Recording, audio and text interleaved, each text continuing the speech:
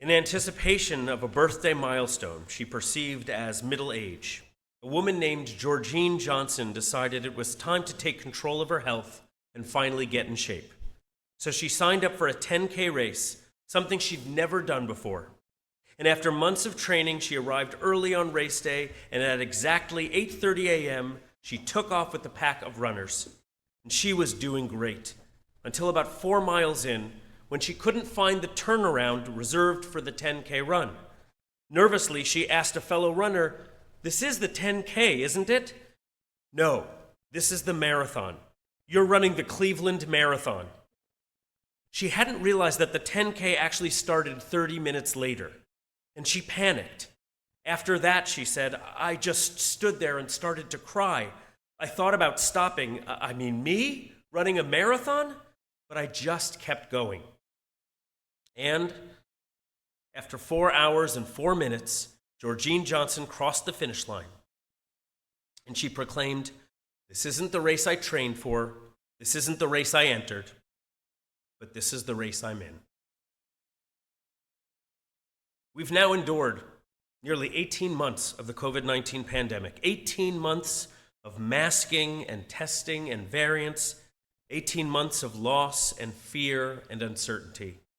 This isn't the race we trained for. This isn't the race we expected, but this is the race we are in. Today on Yom Kippur, as we come to the end of our 10 days of repentance and find ourselves on the precipice of a new year, we wonder, how do we find the spiritual stamina to keep moving forward? How do we keep putting one foot in front of the other like Georgine when our souls are exhausted, the path is meandering, and the finish line keeps moving further and further away? How can we plan for a sweet new year when so many are still suffering and it feels like we are endlessly wandering in a vast and uncharted wilderness? And we just want to return to safety, to stability, return to everyday mundane tasks without fearing for our health, return to strolling down the sidewalk without having to avoid the pedestrians approaching us from the opposite direction, return to gathering with our family and friends, our neighbors, and our congregation, return to think how things used to be. There is a concept in the Torah known as Shemitah, the sabbatical year, literally translated as the year of release. Shemitah is the year when farmers in the land of Israel must let their fields lie fallow.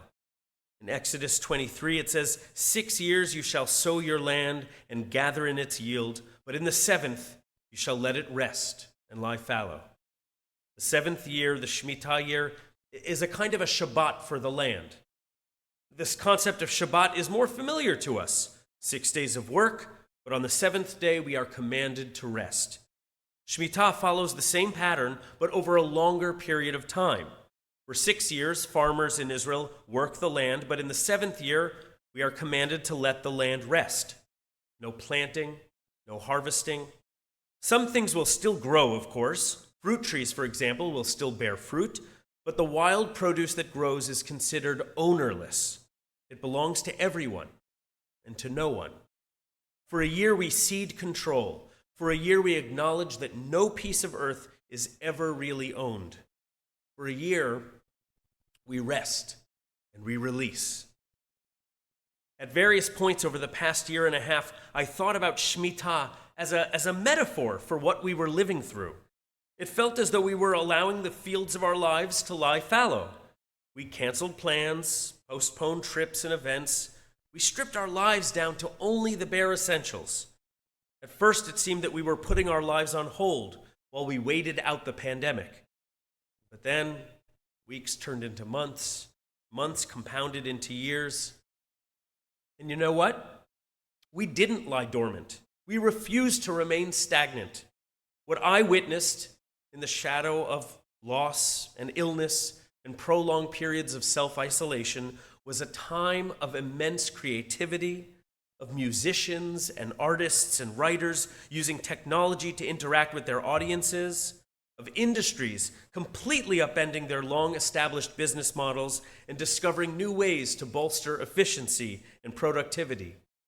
I have seen firsthand how educators at my school, from preschool teachers to middle school mavens, adapted to a constant stream of new protocols and policies and still taught themselves a whole new way of teaching, a new pedagogical vocabulary for hybrid, online, distance learning. In my mind, every single one of us was a first-year teacher last year. And even synagogues, famous for preserving their time-honored traditions and clinging to institutional conventions, found ways to reinvent themselves in order to stay connected to their congregants, from online worship and virtual challah bakes to drive-through sukkahs and Zoom mitzvahs galore.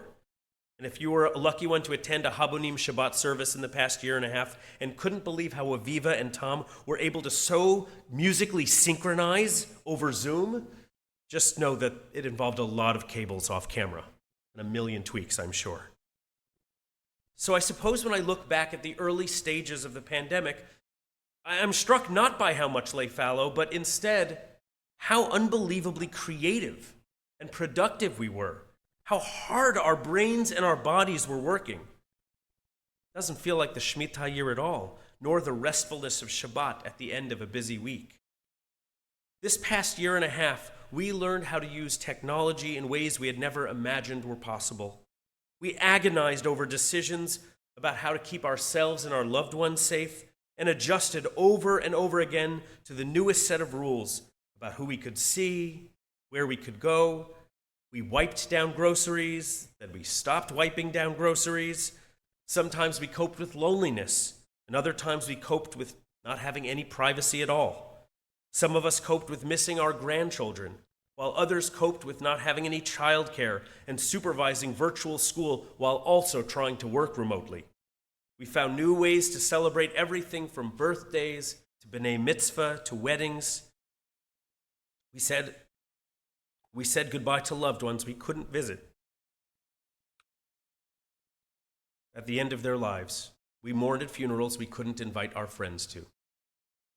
As my friend Rabbi Beth Kalish wrote, quote, "We may have spent a lot of this year in our pajamas, but it was not a year of lying fallow.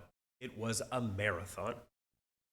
And writer and Christian pastor Jenny Smith describes the onslaught of the Delta variant as a, quote, second marathon. Just when we thought we had finished the race, she says, just when we were beginning to return to normal life and thought we had put the pandemic behind us, someone, she says, slapped another number on our back and pushed us toward another starting line that mysteriously appeared. In this light, the metaphor of Shemitah isn't really an accurate depiction of the past year at all. And Shemitah is not just meant to be viewed as a metaphor either. It's actually still a real practice observed by Jewish farmers in the land of Israel to this day. What's more, the Shemitah year is this year, 5782.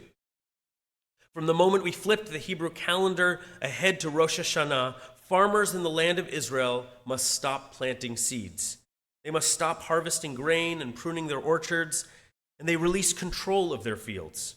The year of rest, of release, has officially begun. So no, I'm not a farmer in Israel. I'm a fill in your own blank in Toronto. Those ancient agricultural laws, metaphoric or not, don't really apply to me or my hometown, right?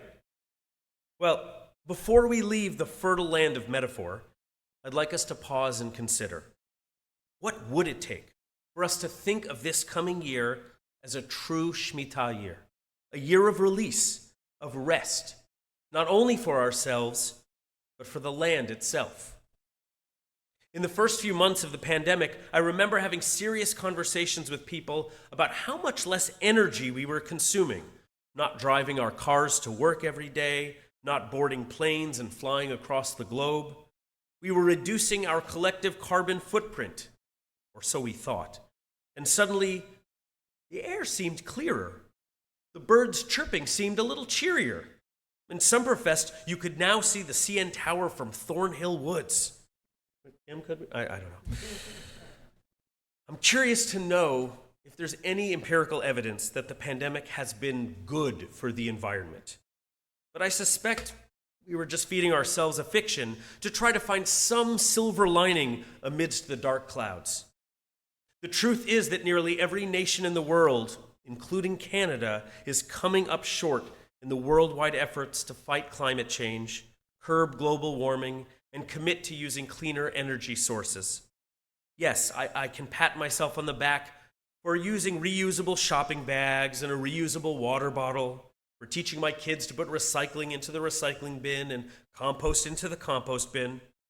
But as a country, as a human race, we've barely begun to do what is necessary to sustain our world for future generations. If and when the world goes back to normal following the pandemic, and that's a big if, will we just resort to our old patterns of consumption? Or will we maintain the same spirit of adaptation and adjustment that has gotten us this far? Will we vote for leaders who advocate for innovations in clean energy and utilize these new technologies with the same enthusiasm with which we have embraced other new technologies in the past year? And at the end of the day, are we willing to make personal sacrifices, perhaps alter our travel plans again, not because of the immediate dangers that a pandemic brings, but because of the long-term dangers that could affect future generations? This is the year of Shemitah in all its forms, metaphorical and literal. A year to release ourselves from the torrent of hardships and heartbreaks that characterized 5781, to give ourselves much-needed rest from the emotional marathon of the past 18 months, and a year to release the land itself, to give our earth and seas and sky a respite from our pollutants, from our impulses to control and consume all of its natural resources. For if we let the land lie fallow, if we grant it the same Shabbat that gives us and our families much-needed nourishment and sustainability, we become all the more sustained. In last night's sermon, Ellie mentioned the Talmudic figure of Honi, the circle maker, in the context of friendship. Honi is best known for his role in the following midrash. One day as he was walking down the road, Honi noticed a man planting a carob tree. He asked the man how long it would take for the tree to bear any fruit. The man replied, 70 years. Puzzled by the response, Honi asked, "How can you be so sure that you will live another 70 years to eat its fruit?" The man answered, "I've traveled around the world enjoying the fruits of fully grown trees that my ancestors planted for me. This one," the man continued, pointing to the fledgling tree he had just placed in the ground, "I am planting for my children." Honi shrugged his shoulders and walked on. Soon he settled down for a meal and he fell into a deep sleep. As Honi slept, a cave formed around him, hiding him from sight and causing him to sleep for 70 years. When he finally awoke, he walked back down the same road and noticed a man picking fruit from that same carob tree. Honi cleared his throat and ventured a question. "Are you the man who planted this tree?" The man looked into Honi's eyes and replied simply, "No, I am his grandson." This is the year to metaphorically plant for the future, to leave our grandchildren and great-grandchildren a world that is bursting with potential. This is the year of releasing ourselves and the land from the constancy of activity, from pruning and plucking, reaping and sowing. A time to just let things be, to find a state of calm amidst all the cacophony that surrounds us. And this is the year where we take stock in all that we have accomplished, look back at the many miles we have traversed and countless hours we have spent running in place. Though this marathon is long and meandering and not just over yet, remember to stop. Take a deep breath in order to renew and replenish your souls. For a moment, stop building. Stop harvesting. Stop laboring to the point of exhaustion. And then look up, and you will see the finish line is just up ahead.